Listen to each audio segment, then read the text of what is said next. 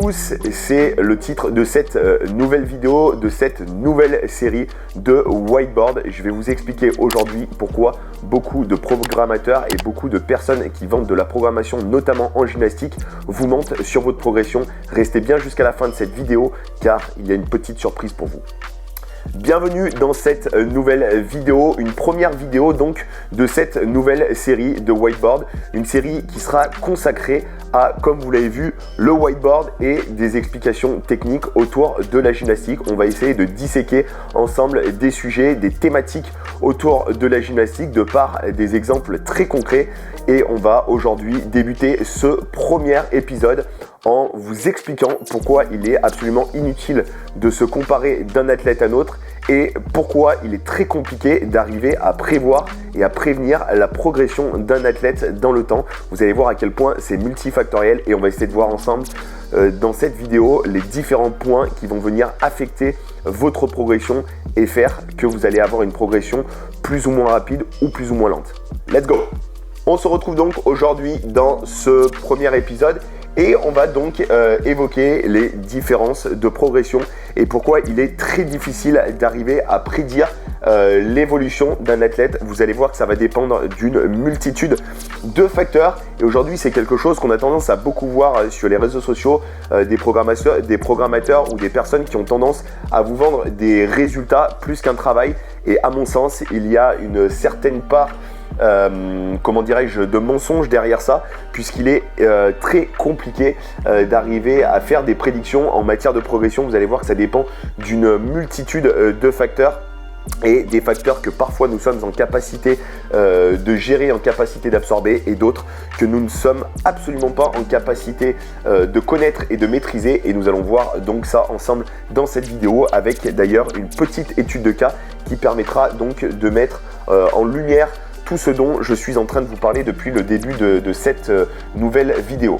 Alors, on va commencer par les trois facteurs qui, à mon sens, ont une importance capitale dans la progression et dans l'évolution d'un athlète. C'est quelque chose que j'ai pu constater déjà depuis de nombreuses années, alors particulièrement avec les enfants et je vous expliquerai pourquoi c'est très intéressant de constater ça avec des enfants parce que après chez les adultes ça a tendance à se dupliquer et même à avoir tendance à prendre encore plus de relief que chez les enfants. Donc le premier point ça va être les trois facteurs avec un premier facteur qui va être un facteur génétique. On a très souvent tendance à entendre dans notre box de CrossFit, dans notre salle d'entraînement, « Ah, ce mec-là, de toute façon, il réussit parce qu'il a une génétique incroyable. » Alors oui, les facteurs génétiques ont une importance capitale, notamment dans le développement de la force. Et ça, c'est quelque chose qu'on ne peut absolument pas négliger. Et malheureusement, cette génétique-là, on n'est pas forcément en mesure d'arriver à quantifier de manière précise l'impact que cette génétique va avoir en matière de progression. Il est très difficile d'arriver à jauger ce degré, ce facteur X entre guillemets et ça va être quelque chose qui va rentrer de manière assez capitale dans la progression et ça c'est un facteur qu'on ne peut malheureusement, comme je le disais, pas maîtriser. Le deuxième élément que là on va pouvoir maîtriser un petit peu plus, qui va pouvoir nous permettre d'avoir des éléments assez factuels, c'est le age training, c'est donc le temps d'entraînement dont une personne va disposer, depuis combien de temps elle s'entraîne, à hauteur de combien de fois par semaine elle s'entraîne. Ça va nous donner déjà des informations sur l'état d'avancement de l'entraînement de cette personne. Et puis le troisième facteur qui à mon sens est peut-être le facteur le plus probant, celui en tout cas qui va nous permettre d'avoir un maximum d'informations, c'est le facteur morphologie. La morphologie, notamment en gymnastique, va nous permettre de pouvoir quantifier un petit peu plus la capacité à progresser et surtout avoir une estimation un petit peu plus précise du temps que ça va nous prendre en matière de progression.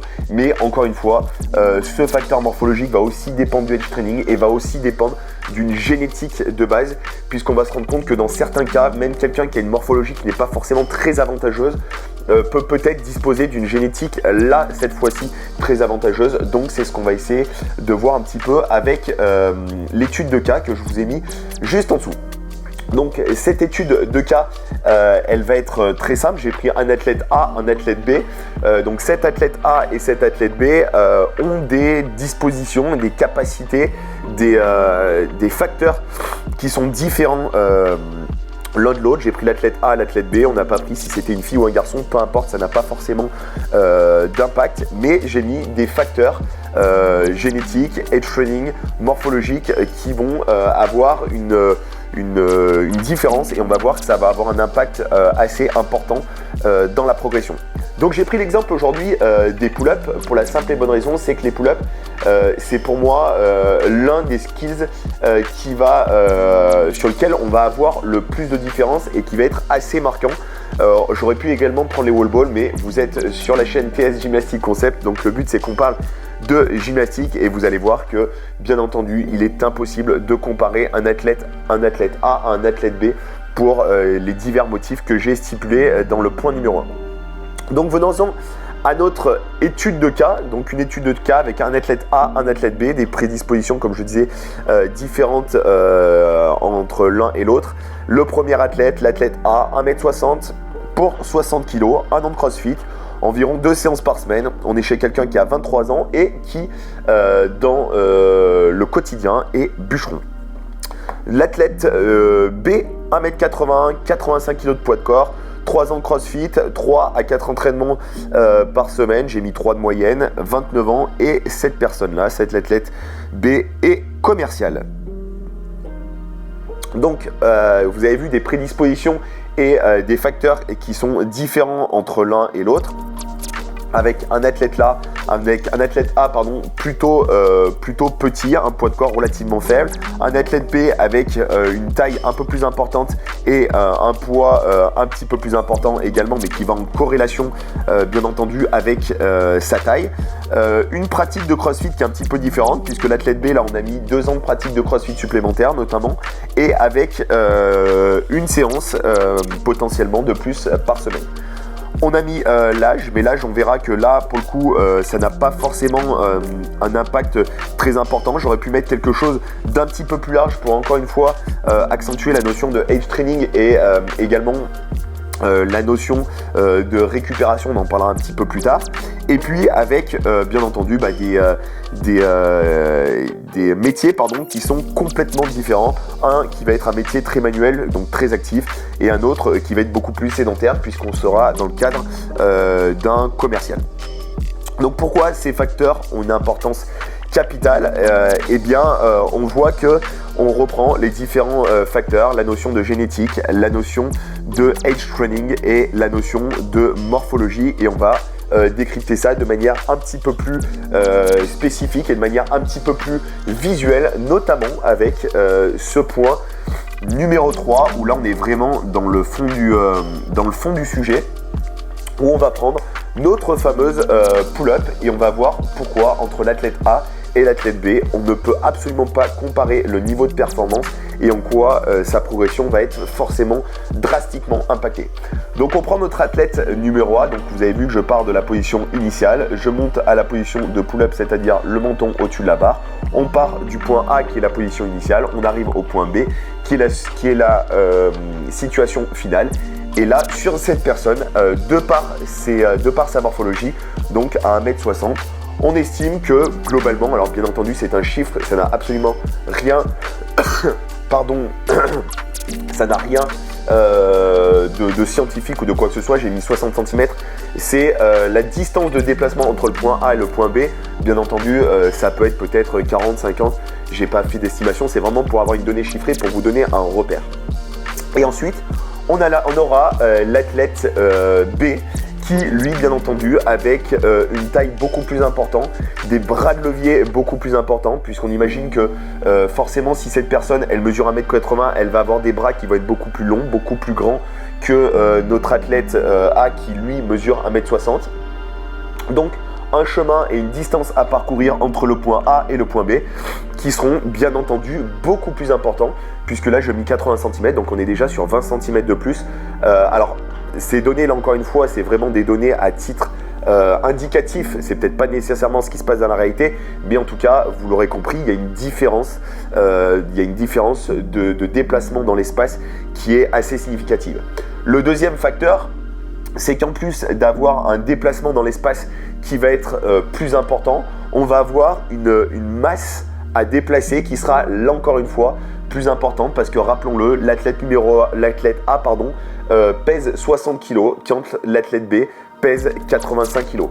Et puis, on va revenir sur les autres facteurs. C'est que je vais pas prendre ces deux facteurs-là, les deux facteurs entraînement, j'en reparlerai un tout petit peu plus tard. On va avoir donc notre athlète A,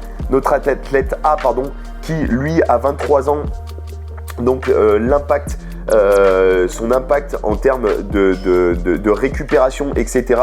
sera un petit peu meilleur que notre athlète B qui lui en a 29. Alors j'aurais pu mettre quelque chose même d'encore plus avancé, on va peut-être même le changer, on va mettre hop, 39, comme ça sera encore plus marquant dans vos esprits. Donc 39 ans, donc on voit déjà qu'il y a une différence d'âge, on voit qu'il y a 16 ans entre ces deux athlètes et vous imaginez bien que lorsqu'on fait des programmations, les programmations de volume, c'est-à-dire qu'on vend de la programmation au grand public, eh bien on ne sait pas forcément à qui on va vendre, on ne sait pas forcément si on va vendre à l'athlète A ou si on va vendre à l'athlète B, et en fonction de si on vend à l'athlète A ou à l'athlète B, bah forcément ça n'aura pas, les choses n'auront pas le même impact et la même physionomie. Donc on a une récupération qui va être un petit peu différente. Et puis comme je le stipulais dans le dernier item, c'est plutôt l'aspect cadre quotidien, puisqu'on a un athlète A qui est bûcheron, donc forcément qui a un métier extrêmement physique, donc qui lui va développer de la force, va continuer également à développer de la force en parallèle de la programmation sur les pull-ups. Et puis on a un athlète B qui lui est commercial, donc beaucoup plus sédentaire et qui va donc peut-être aussi avoir une composition corporelle qui va être complètement différente entre l'athlète A et l'athlète B, puisque l'athlète A qui lui va être très actif dans son quotidien aura une composition corporelle qui sera peut-être de bien meilleure facture, alors que l'athlète B lui aura peut-être déjà un taux de masse grasse beaucoup plus élevé, aura peut-être des facteurs entre guillemets dans son quotidien qui fait qu'il va peut-être pas forcément avoir une bonne alimentation, une bonne récupération, et puis tout simplement parce qu'il est beaucoup plus sédentaire. Donc ça forcément ça va avoir aussi un impact dans l'entraînement et dans le développement de la force. Donc voilà, cette étude de cas nous permet de vraiment mettre en lumière qu'il est extrêmement complexe d'arriver à prédire le résultat d'un avancement, le résultat d'une progression en fonction de ces différents paramètres. C'est pour ça que j'ai un petit peu de mal avec les gens qui ont tendance à vendre des résultats un petit peu, alors je vais pas dire des résultats miracles, parce qu'en réalité sur un haut volume de personnes on peut avoir des résultats qui peuvent être intéressants, mais encore une fois on part du principe que lorsque l'on vend quelque chose et lorsque l'on vend un résultat sur un temps bien spécifique, on ne peut pas se permettre de mentir. C'est pour ça que moi, sur pas mal de mes programmations, j'ai toujours l'habitude de dire que je ne vends pas du résultat, mais que je vends un travail. Car pour moi, c'est vraiment ce qui va compter, c'est le travail qu'on va pouvoir fournir qui va nous amener à un objectif. Donc par exemple, réussir sa première pull-up. Et vous l'aurez bien compris qu'entre l'athlète A et l'athlète B, et même si on était parti avec 0 année de CrossFit des deux côtés, vous l'auriez bien compris que ces deux personnes ne disposaient pas du même capital de progression et du même capital réussite in fine, puisque on est sur des caractéristiques et des éléments, comme j'ai dit, génétique, age training, morphologie, qui vont avoir un impact trop important dont on ne peut pas négliger l'impact sur l'avancement et sur la progression. Donc voilà, cette première étude de cas, ce premier épisode du whiteboard est terminé. Petite surprise, je vous l'avais promis pour ceux qui sont restés jusqu'à la fin, à l'occasion de l'ouverture de cette nouvelle playlist, de cette nouvelle série de whiteboard. Je vous fais bénéficier de moins 25% sur l'ensemble de mes programmations. Comme je vous l'ai dit, attention, je ne vends pas du rêve, je ne vends pas du résultat, je vends uniquement du travail qui va par la suite vous mener à votre objectif. Donc vous bénéficiez de moins 25% avec le code whiteboard25. C'est disponible dès à présent sur mon site. Si vous avez aimé cet épisode, n'hésitez pas à liker, à commenter, à partager et également à vous abonner. Ça m'aide vraiment à être référencé et à pouvoir continuer à vous proposer toujours plus de contenu et des nouvelles séries comme j'ai pu vous la proposer aujourd'hui avec cette nouvelle série de whiteboard. Sur ce, je vous dis à très vite. Je vous remercie d'être resté jusqu'à la fin de cette vidéo. Ciao, bye.